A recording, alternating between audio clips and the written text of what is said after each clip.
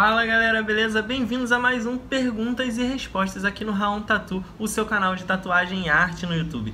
No vídeo de hoje eu juntei aqui 3 perguntinhas que vocês me mandaram sobre orçamentos e cobrança de sinal, enfim, a parte financeira do trabalho aí, né? Que é um recorte um pouco mais da parte de administração da carreira, de administração do trabalho do tatuador, mas que é importante, que a gente tem que estar afinadinho, que é fundamental na verdade, né? Não adianta você tatuar bem e não saber lidar com o cliente, não ter a malandragem também de não cair em algumas armadilhas aí que podem te prejudicar, né? Então você tá sempre protegido aí de maneira que você consiga fazer seus trabalhos, marcar suas sessões e tudo mais sem ter prejuízo, sem sofrer algum dano aí por causa de uma pessoa mal intencionada. Então vamos lá, vamos falar sobre essas questões daqui a pouquinho. Mas antes mesmo de começar, eu quero te pedir para deixar aquele like no vídeo, porque ajuda pra caramba o canal. E se você é novo aqui, se você tá chegando agora, eu te convido a se inscrever e ativar o sininho para receber todas as notificações, porque são 5 vídeos por semana, é bastante conteúdo, e assim você não perde, não fica de fora de nada. E por último, me segue lá no meu Instagram, @RaonTattoo, porque eu posto quase todo dia nos stories um material complementar a esse aqui, você vai poder acompanhar tudo que rola lá e ver meus trabalhos finalizados no feed. Então é isso, muito obrigado e agora sim, vamos pro vídeo. Bom, a primeira pergunta quem mandou foi o Danilo Amorim, deixa eu dar uma lida aqui, ele fala assim: você sabe alguma explicação sobre como se dá a cobrança para trabalhos autorais? A questão de horas que aquele trabalho ocupa. Vi um trabalho de um artista que falou que levou 10 horas só em pesquisa e elaboração. Tenho muita vontade de criar um portfólio separado para trabalhos autorais, mas não posso cobrar a mesma coisa de um desenho que tomou 2 horas na pele, o mesmo que outro que tomou 3 horas só na criação. Vamos lá, antes de responder a sua pergunta especificamente, eu quero comentar sobre algo que você falou aqui. Você está separando muito trabalho autoral de um outro trabalho que eu entendo que você está vendo como comercial, né? E normal a gente fazer essa separação. Agora, o que eu vejo um problema aqui é você falar que o trabalho autoral você vai gastar um tempo, né, para criação e o comercial não. Todos os trabalhos você tem que preparar a arte. O que diferencia o autoral, que eu entendo como autoral, é um trabalho que seja um estilo em que você tem um interesse artístico de desenvolver, que vai expressar, né, o que seria ali a sua expressão artística, o seu estilo de artista, ou mais de um estilo, mas enfim, um trabalho em que temática e esteticamente algo em que você gostaria de criar enquanto artista e gosta de fazer e faz por vontade própria, né? E aí, num cenário em que muitos tatuadores não têm a oportunidade de fazer só a criação autoral, às vezes a gente faz de outros estilos que não são tão legais pra gente artisticamente, ou, né, mas que a gente consegue executar tecnicamente, ou às vezes são só símbolos, desenhos, nomes, coisas que a gente vai reproduzir, mas que não vai ser numa criação artística, tipo pegar um símbolo, né, que o cliente quer tatuar, fazer o stencil, tatuar, mas tudo isso exige preparação. O que muda é a complexidade de acordo com o resultado final da tatuagem, né? Ou seja, se o cara quer um trabalho grande, elaborado, você vai gastar mais tempo preparando ele e mais tempo tatuando ele. É sempre meio que proporcional, a não ser casos que o cliente traga uma imagem pronta e você reproduza. E aí isso pode acontecer, tipo, ele viu uma imagem da internet, tipo um símbolo, ou um artista, sei lá, um ilustrador, um pintor que ele gosta, que ele quer reproduzir uma obra. Aí sempre lembrando que quando for tatuagem de um outro artista a gente não deve reproduzir, né? Porque aí você está roubando o trabalho de um amigo, um trabalho autoral de um amigo que, né, gastou o tempo dele ali criando para você lucrar em cima. Mas sendo uma imagem que não é de um tatuador, que não é, né, uma outra tatuagem para você reproduzir, você realmente, só num caso que você vai simplesmente pegar, imprimir e passar na pele, você não vai realmente gastar tanto tempo. Mas por que eu dei essa volta? Por que eu quero falar sobre isso? Porque, lógico que varia, cada artista, cada tatuador trabalha de uma forma, mas eu entendo, e a maioria dos tatuadores, pelo que eu conheço, também entendem que a criação, ela faz parte do processo da tatuagem e do valor da tatuagem. Ou seja, como eu pratico e como eu vejo outros artistas praticando, você vai cobrar pela tatuagem, em função do tempo que ela vai levar, da complexidade que ela vai levar, enfim, da dificuldade, do tamanho, né? Esses fatores todos vão influenciar no preço da tatuagem, a gente sabe, né? O tempo que vai, o trabalho que vai dar de executar é o valor que ela vai ter, e a complexidade que ela tem, a qualidade técnica do seu trabalho também influencia nisso. Se você sabe executar bem, se você tem uma qualidade boa, se você é capaz de executar um trabalho complexo, ele vai ficando mais caro. Mas aí, o desenho ele já está meio que pressuposto que faz parte desse processo, a criação, né, da arte, do projeto e tal. O cliente, ele não tem muita noção disso em geral. Ele vai pensar em valor da sessão ou da tatuagem em função de tamanho ou de horas, né, que são os critérios mais comuns, e a gente geralmente leva os dois em compensação, de horas de sessão. Então, normalmente, realmente, o cliente não para pensar, alguns sim, lógico, mas é a gente que sabe que tem muito mais horas, né, por trás, não são as horas só que a gente gasta tatuando. Isso é uma coisa que você tem que levar em consideração, né, sabendo que não é só o tempo que você gasta tatuando, mas o tempo que você gasta criando, você tem que levar em consideração também isso para pensar no valor do seu projeto, né? Meio que já está embutido no valor da tatuagem a premissa de que você vai sentar um tempo e criar. Então, na prática, o seu valor hora, né, se você considerar, não é o valor hora de horas de sessão, é o valor hora do tempo que você gasta naquele projeto. Vamos supor, por exemplo, que você cobra R$400 numa tatuagem que você vai levar aí 2 horas fazendo. Isso aí é só um valor aleatório que eu estou botando aqui para simplificar a conta, tá? Você cobra R$400 para uma tatuagem de 2 horas. O seu cliente ele vai olhar para isso e pensar, então, se eu vou tatuar 2 horas e vou pagar R$400, o valor hora desse tatuador é R$200 a hora. Mas a gente sabe que não é, né? Se você gasta 2 horas criando e 2 horas tatuando, na verdade você gastou 4 horas. Tá? Então, essas 4 horas você cobrou R$400 na tatuagem, né? E tatuou em 2. Então, na verdade, se nesse exemplo que é 1 para 1, né? A gente dá o preço da tatuagem, mas existe pelo menos o dobro de tempo investido aí na criação. Isso, você tendo essa noção, você não precisa... Lógico que é legal, né? Se você tiver a oportunidade de educar, conversar com o cliente, quando ele pergunta, se ele tem alguma dúvida com relação a isso, se ele te dá abertura, é interessante a gente sempre poder explicar a situação, para que ele veja e valorize, né, que o nosso trabalho é muito mais do que ele vê a gente fazendo. Mas importante para você poder saber o real investimento do seu tempo, e aí ter uma noção melhor do valor que você está tendo pelo seu trabalho, tá? E aí você pergunta, né, assim, como cobrar por trabalhos autorais, que, né, você está falando como se você fosse gastar mais tempo do que você gasta normalmente para criar esses desenhos, e aí você está na dúvida em como cobrar, né, por eles. Eu acho que aí, cara, é uma questão muito subjetiva do artista, porque você pode gastar muito tempo pensando, juntando ideias, criando referências, estudando e, sei lá, finalizando, gastar muito menos tempo. Ou você já pode ter, uma ideia muito pronta, um estilo, uma parada muito que já vem na sua mente, e você gasta muito tempo para tirar isso da sua cabeça executando no papel. Tem muitas maneiras de gastar energia nesse processo de criação, muitas abordagens, e cada um tem um perfil de artista e tudo mais.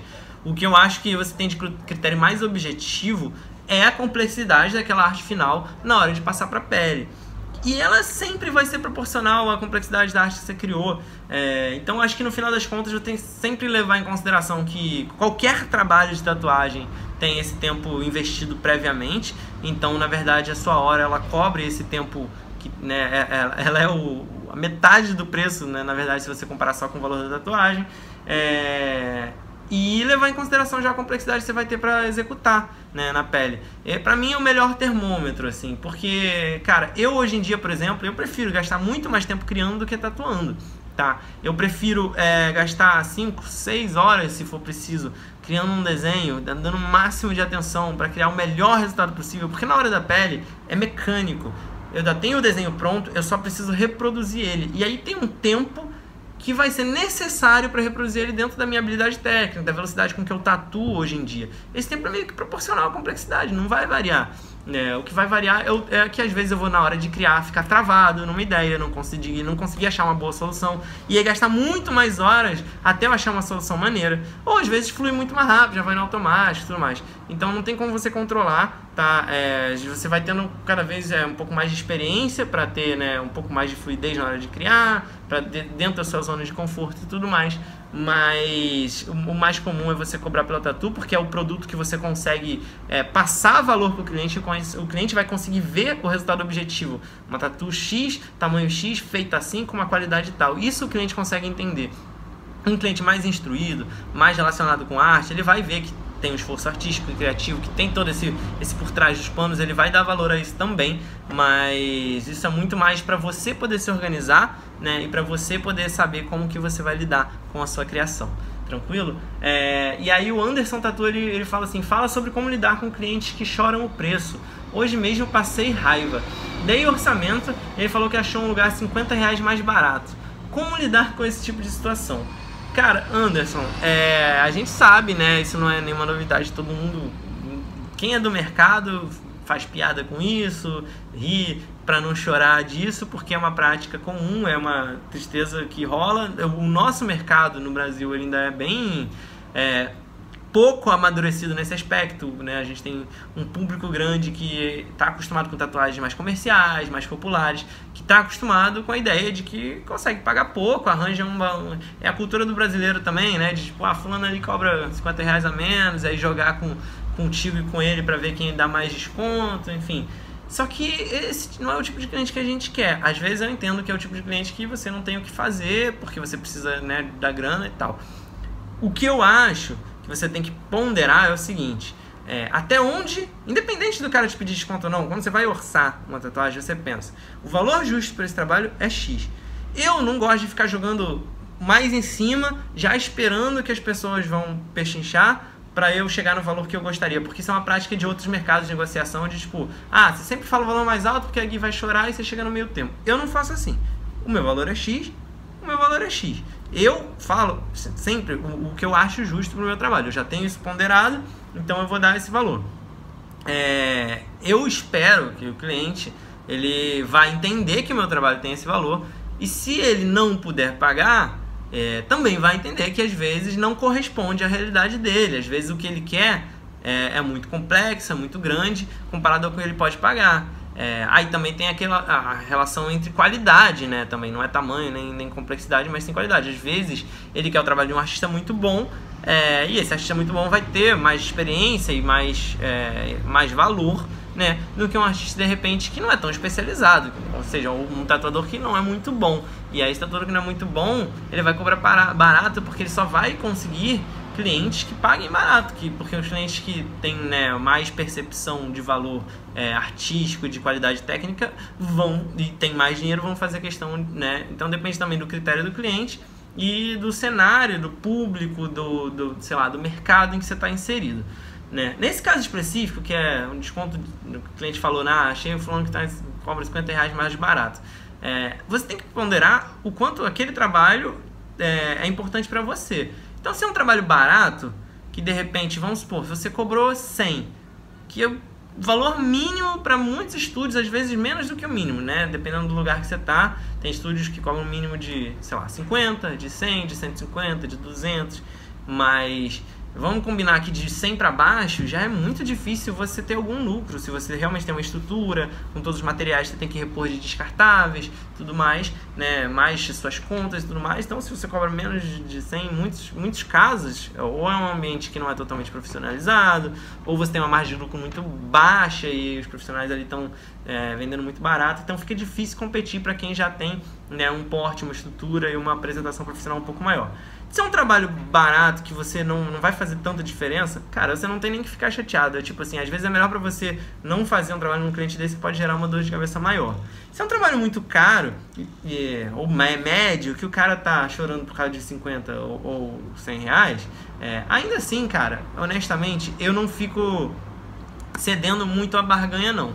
O que eu faço é o seguinte, o cara às vezes, como eu trabalho com trabalho de porte um pouco maior, né? A gente já tá falando de uma outra escala aí. Às vezes o cara, tipo, tem uma grana muito próxima, né, do que eu orcei, que ele quer, e ele quer muito fazer o trabalho, e eu consigo entender e perceber, e tipo, eu penso, Se eu te desse, sei lá, R$100 de desconto, que é o que você falou que poderia pagar, pra mim, ainda no total, mesmo que seja um pouco abaixo do que eu considerei que era o meu valor, ainda vale a pena, eu ainda vou ter um lucro legal, é um trabalho que eu gostaria de fazer, vai me dar prazer, esse cliente me passou uma firmeza, ele não me desvalorizou ao falar, por exemplo, nesse seu exemplo, não tem como não passar raiva, né? Porque a pessoa falou, tipo... Ah, eu fui ali, fulano me ofereceu mais barato. E aí, você não vai me dar um desconto também? Tipo assim, é uma postura arrogante. É diferente de uma pessoa chegar pra você e falar: pô, eu sei que seu trabalho tem esse valor que você tá me pedindo. Infelizmente, eu não tenho isso tudo. Eu só poderia pagar até tanto. E aí você não precisa se sentir pressionado, coagido a dar o desconto. É uma questão sempre de negociação, de ser interessante para os dois. Às vezes é legal fazer isso para viabilizar o projeto. Se é algo que vai te dar um retorno em termos de ter um bom portfólio, que você vai poder mostrar um trabalho legal, que você quer fazer o desenho, a gente normalmente fica até um pouco mais, né, tem um pouco mais de boa vontade aí de dar um descontinho vez ou outra. Mas, cara, é muito isso que eu falei, assim, eu acho que é a diferença do perfil do cliente. Tem cliente que simplesmente não vale a pena essa negociação e que não valoriza você.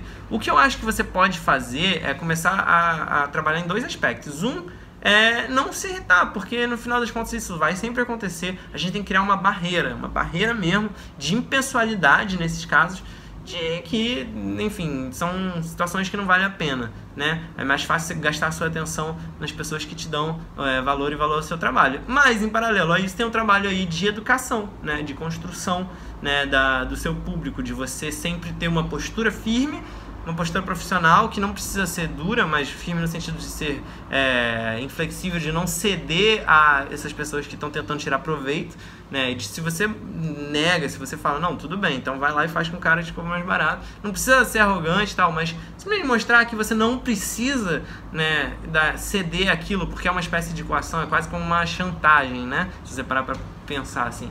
Então, você adquire uma postura muito mais neutra, muito mais tranquila, não se importa com isso e foca onde interessa, que é construir uma boa relação com os clientes que te dão valor, e esse sim que você tem capacidade de educar, instruir, vão cada vez mais te valorizar, beleza? E aí duas pessoas me mandaram perguntas parecidas, eu vou ler uma só aqui que meio que tá falando sobre a mesma coisa, foi a Sunshine.inc, _tatu e o Madrugadão PK. A pergunta é: decidi seguir sua dica para cobrar um sinal antes de iniciar o processo de criação.